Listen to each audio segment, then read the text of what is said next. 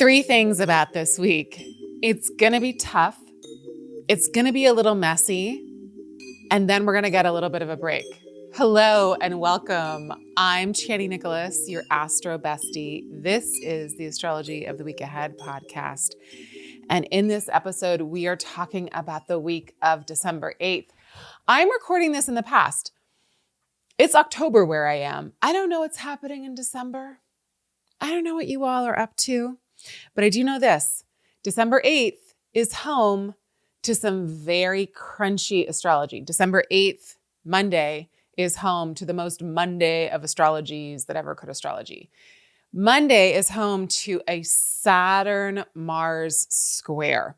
This is a red light on the calendar of 2025. It's not the only one.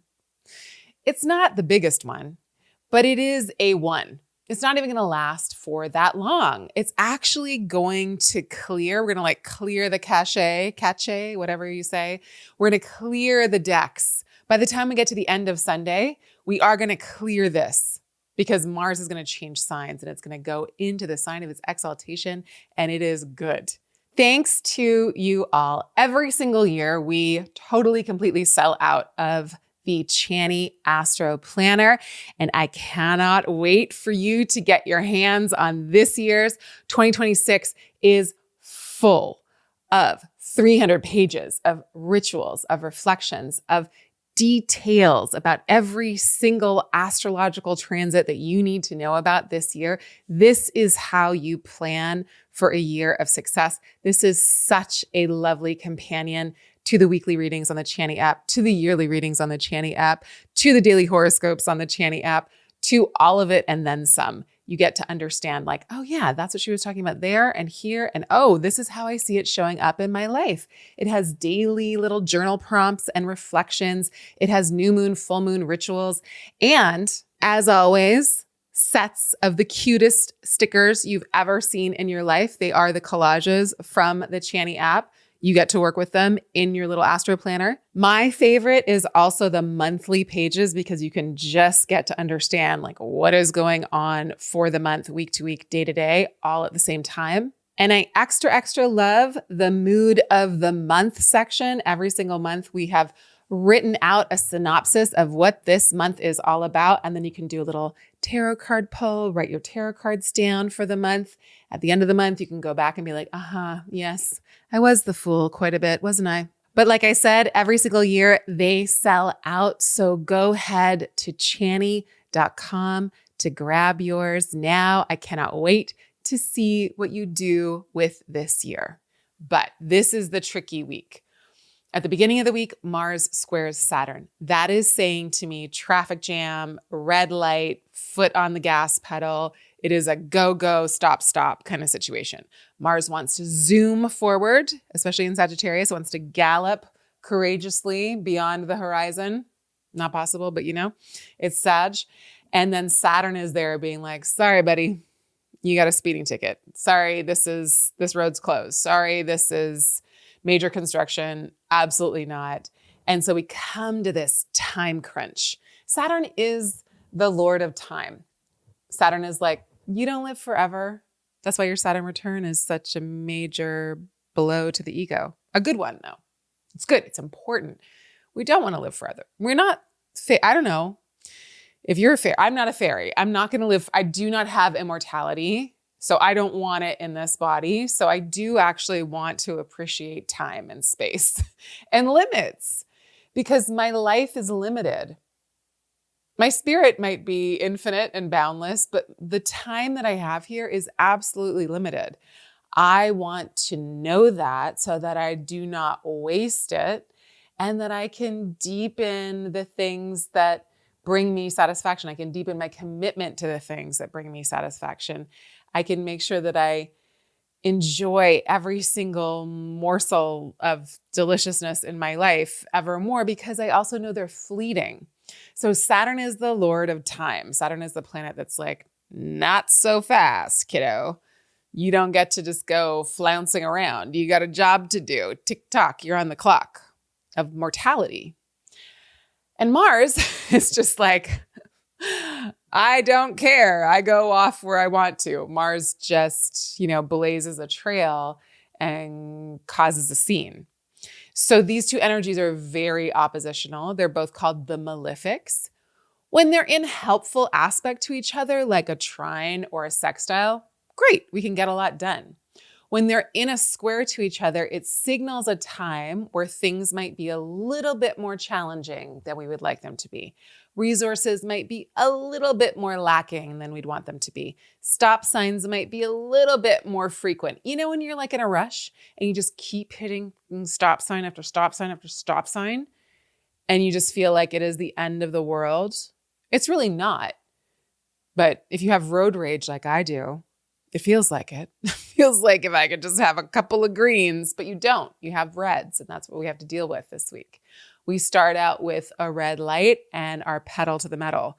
So it can feel like a little bit of a, and that might be surrounding us. It might not be in our own personal life. This might not be happening to you specifically.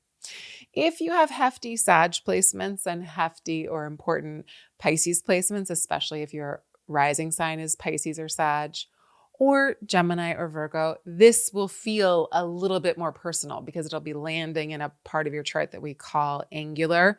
So it'll be louder. So the crunchier part of this will be crunchier. Or if you have planets at the end of Gemini, Virgo, Sag, or Pisces, you'll feel this. It'll be loud in your life if you have any planets or any points at those late degrees of mutable signs. So I've been going on and on and on and on and on about not overscheduling ourselves, not overdoing it, not overwhelming ourselves, not overcommitting, not trying to learn people's lessons for them, trying to just prioritize the things that are ours to do. What do you have to get done this week?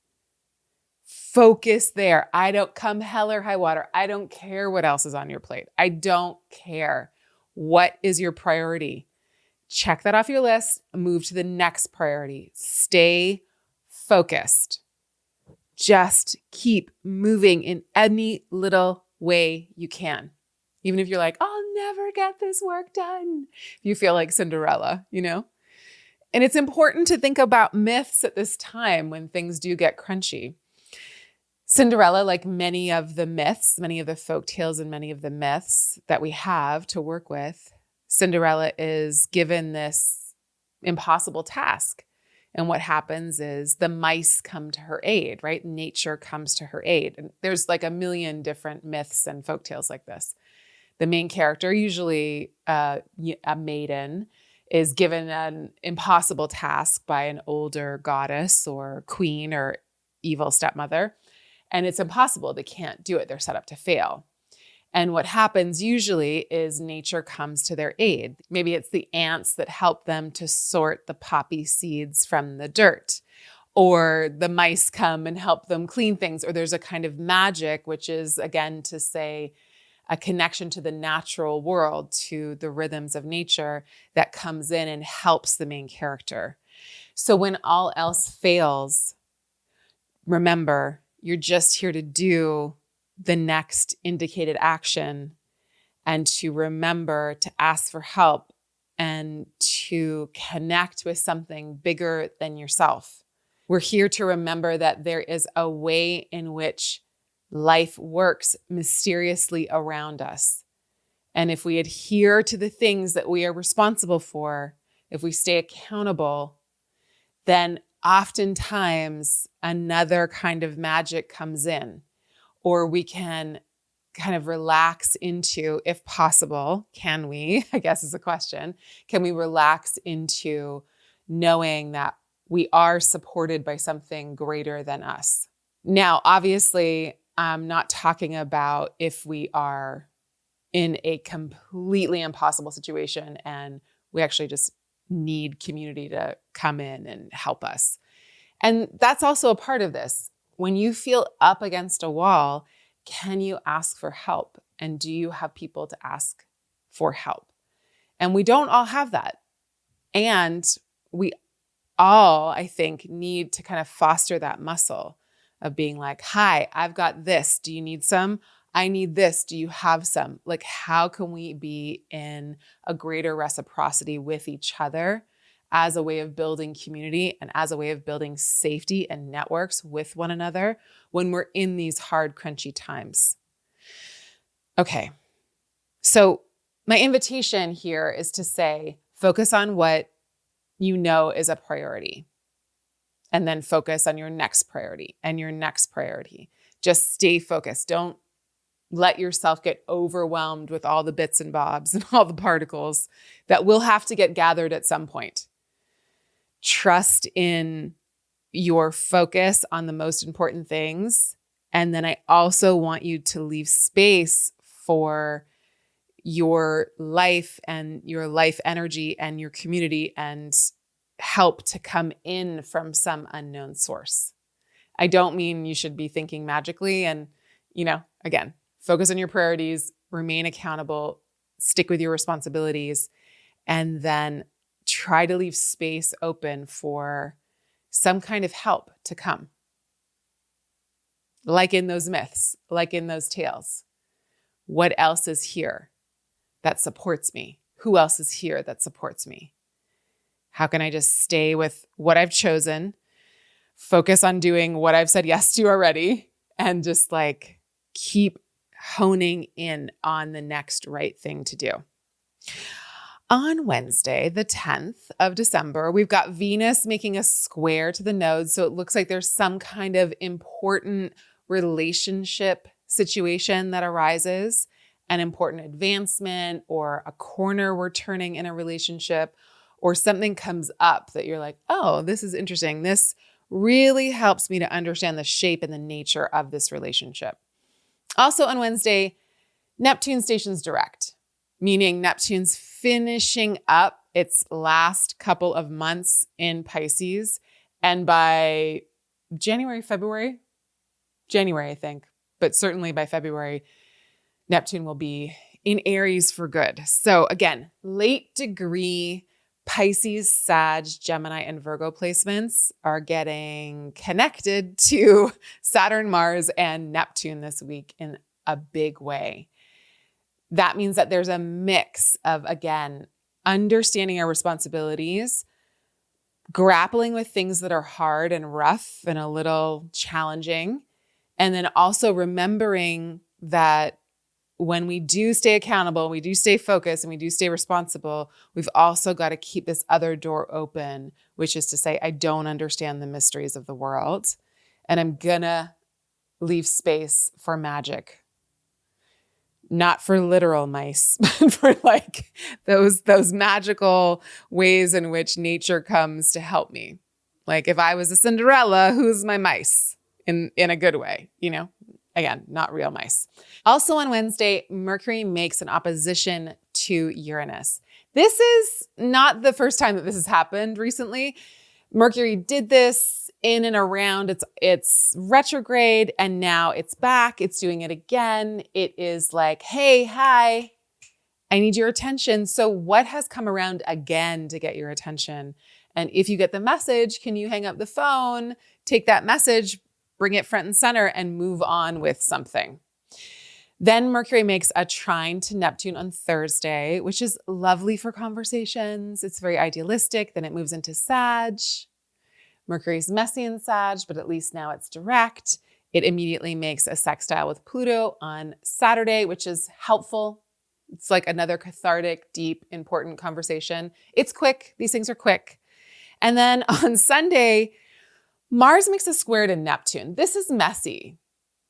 It's messy, but it's temporary because also on Sunday, Mars leaves Sagittarius, moves into Capricorn, and there it's in its exaltation. So Mars goes from like obstacles and hard work and confronting reality and doing the tough things to like being messy and trying to get it right and having a hard time and kind of like trying to swim against the current in a way. And then all of a sudden, by the end of Sunday, Mars is in its exaltation, which is phenomenal, which means we can do anything now. which means we've moved out of the Mercury retrograde fully. Well, it's still in its shadow, but we're really out of it. It ended at the end of November. And now Mars is out of the mess. And Mars is then out of the mess and into a place of its exaltation, meaning we can move mountains. I think we'll be tired by now. I don't really want to move a lot of mountains by the 14th of December, but it means that there's a kind of freedom in our movement. There is a really nice setup for the end of the year, and it's a really good setup for the beginning of the year. I need you to know that January 6, 7, 8, 9, 10 of 2026 features Mars in some really beautiful situations. Very, very, very, very, very helpful astrology. So for the rest of the readings and the rest of the podcasts in December, we'll be talking about how to work with this gorgeous Mars and Capricorn energy. And then when the year ahead readings get released, we will notify you and you will be able to make some really good plans month to month to month with the readings in the year ahead section of the Chani app. More on that soon. Okay, now we have the Ask Me Anything section of the podcast. Thank you for leaving us voice memos in the Chani app. You just go to the menu bar, click it, and it'll show you how to leave a voice memo for us. So here is this week's. Hi, I want to know if there are placements in someone's chart that could inform how they experience leaving home and traveling and what it does to their body or just how they feel about the idea of traveling. I like to travel. My husband does not, but it's because he always gets sick. Oh no. And I do not. And he likes to travel, but doesn't like what happens. Yeah, I wouldn't either. Okay, so travel is all about the ninth house.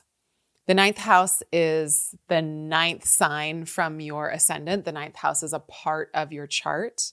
Everyone has a ninth house. Every single person. Every single person has 12 houses, 12 different domains of life that are in your chart. We all have all 12 signs in our chart because they all represent all 12 houses. So whether or not you got planets in a house doesn't matter. You still got that house. That section of life is still talked about in your chart. So I would look at the ninth house. If he has planets in the ninth house, they might describe something about the nature of his experience when he travels. The ninth house is about travel, teaching, long journeys, far away journeys. Certainly in the ancient world, journeying for long periods of time was super dangerous. There were robbers on the road. Things were treacherous. It wasn't like there was like convenience stores or hotels. Like you had to be out in the elements. So going into the ninth house or going on a long journey was like, who knew when you would get back? You couldn't text your family or your friends or your spouse to be like, hi, I just got here. Or like, woof, the airport. There was no airports. You were like on a horse or something else or by foot. And you had to like sleep out in the open. Like ninth house stuff, traveling was treachery. So there is that element of it in our psyche still, I think. And also in a way, you know, we used to have to really earn the trip. Now I just get on a plane and my whole life, I just got on a plane. I'm halfway around the world, 12 hours later, I get off and I go to a hotel and like, I didn't really have to earn it. But for most of human history, we had to suffer. I mean, imagine being in one of those like jostly carriages for 20 hours. Like, how did you even cope with that? Or literally by foot. And in a lot of ways, I'm sure it was amazing because you were like really with the earth and the ground and whatever. And then in a lot of ways, it's like, oh, is that a wildebeest in the trees? Like what's coming to get me at night? So there is that feeling of danger with the ninth house. So what I would say is that I want to see like what sign is his ninth house and what planet rules his ninth house, what planet rules that sign. where is that planet? If that planet is compromised, like say he has a night chart, meaning Mars is on his team, Venus is on his team, the moon is on his team, and maybe Mercury. But if he has a night chart and Saturn is in his ninth house, then that's a signification that ninth house stuff might be challenging. It could be fun in some ways and challenging in other ways. Like maybe you love education, but travel is hard. Or maybe you always fight with your professors, but you have a PhD, that kind of thing. Or vice versa. If you have a day chart, you're born in the day and Mars is in the ninth house, then that could just create some kind of like feeling of danger or conflict. And then I want to see if there's a connection between his sixth house of illness and, we could say health, but it's really about like what pains us in the body, and the ninth house. They naturally square each other. So say he had Mars in one place and Saturn in another place. I'd be like, yeah, look, there's a hefty connection between those two places. It doesn't mean it can't be turned around and made good, but you can see like, oh, yeah. Or if his sun is in the ninth house, but Saturn's squaring it from the sixth house, then it could be like, does he feel like when he goes out into the world, like he's leaving behind these responsibilities that he needs to contend with? Is it hard to manage the fear or the anxiety that comes up when we leave home and go out into the world? And is the body is saying something? So I kind of want to know if there's a connection between his sixth house and his ninth house. And I also kind of want to know, like, is the ruler of his ninth house in his fourth house, or is there some kind of connection between home, because the fourth house is home, and the ninth house? Like I know people that have something really important in the fourth house and something really important in the ninth house, and they have a conflict because they want to be both home and abroad. And so there could be something that happens if there's an internal conflict in him. And I'm just wondering, his body is saying something, right? Like if we are experiencing something physically painful or difficult every time we do this thing, the body is keeping the score, right? The body always knows. So what is his body trying to tell him? It feels like the system is like, oh, I can't fend off all of this foreign information. I can't fend off all of these foreign to me, bacterias or viruses or what have you. So there's something there that he needs to like build up a more robust container, a more robust sense of protection, a more robust sense of like, I'm carrying home with me. But the body's saying something and I want to know. And so I would look again at the ninth house, if there's planets there, the ruler of the ninth house, and what information that tells me. I would also look at the sixth house, which is again about ailments and what can cause us suffering. I might also look if there's a connection between the first house and the ninth house. It's a natural trine, so it's not a challenging aspect. But if there's something challenging, like if the ruler of his ninth house is sitting with a planet that's a malefic, then that would, like if it's ruler of his ninth house is Venus and it's sitting in between Mars and Saturn, then I'd be like, oh yeah, like every time you move out, you have to contend with these harsh forces. So it's really about the combination of planets that are with the ruler of his ninth house or the planets that are in his ninth house. And probably it's both. I really want to know both. And then I want to see, like, can we unpack something for you? What feels unsafe when you move out into the world? What makes you feel vulnerable? And can we build some kind of tolerance to the new information? Can we build some kind of internal, strengthening of the immune system, literally and figuratively, so that when you go out and you don't have your creature comforts or you're not in your familiar environment, your system doesn't like kind of go offline. Your system stays resilient and able to ward things off. I mean, a lot of us get sick when we go traveling, especially in certain seasons, or if we have children. Like there's a lot of different factors, but it sounds like this is like a chronic condition and something that there's a lot more information, and his body knows something very important, and I want to know what that is. There's a memory in there. There's a situation that he's experienced in the past that is getting lived out again and again and again when he goes away from home. So what was the original being taken away from home or being taken out of a safe place? Or what's the thing that gets triggered in him when he goes out into the world? And is there a way to kind of rewire that response? I hope that's helpful. All right, y'all, come back next week and we will talk about the new moon in Sagittarius, which will have us galloping off in a new direction. Thank you so much for joining. Sending you all the love, all the blessings. Bye for now.